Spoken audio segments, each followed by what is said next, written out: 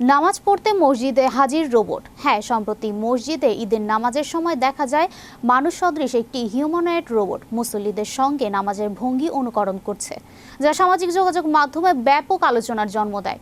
কোথায় ঘটলো এমন ঘটনা, আর সত্যি কি মসজিদে নামাজ পড়তে হাজির হলো রোবট? এ নিয়ে বিস্তারিত থাকছে ডেস্ক রিপোর্টে। 2026 সালের মে মাসের শেষ দিকে সামাজিক যোগাযোগ মাধ্যমে ব্যাপক আলোচনার জন্ম দেয় একটি ব্যতিক্রমী ভিডিও। সংযুক্ত আরব আমিরাতের দুবাই একটি মসজিদে ঈদের নামাজের সময় দেখা যায় মানুষ সদৃশ্য একটি হিউম্যানয়েড রোবট মুসলিমদের সঙ্গে নামাজের ভঙ্গি অনুসরণ করছে। রোবটটির নাম বু সুনাইট। এটি আনটিল G1 মডেলের একটি উন্নত হিউম্যানয়েড রোবট, যাকে ঐতিহ্যবাহী আমিরাতি কান্দুরা ও শেমাক পরানো হয়েছিল।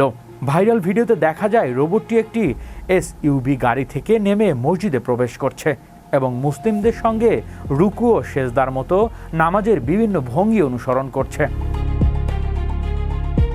রোবটটি নির্মাতা দল জানিয়েছে এটি মূলত শিশুদের জন্য একটি শিক্ষামূলক উদ্যোগ। তাদের লক্ষ্য ছিল প্রযুক্তি ও স্থানীয় ঐতিহ্যের সমন্বয় তুলে ধরা এবং নতুন প্রজন্মকে আধুনিক প্রযুক্তির সঙ্গে পরিচয় করিয়ে দেয়া।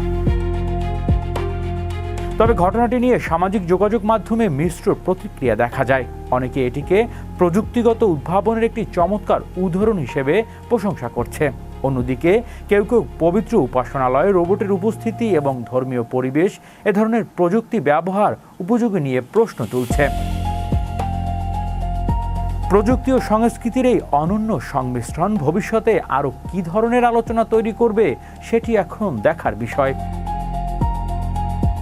হৃদয় আশিস, বিশ্ব বাংলা 24 নিউজ ডেস্ক।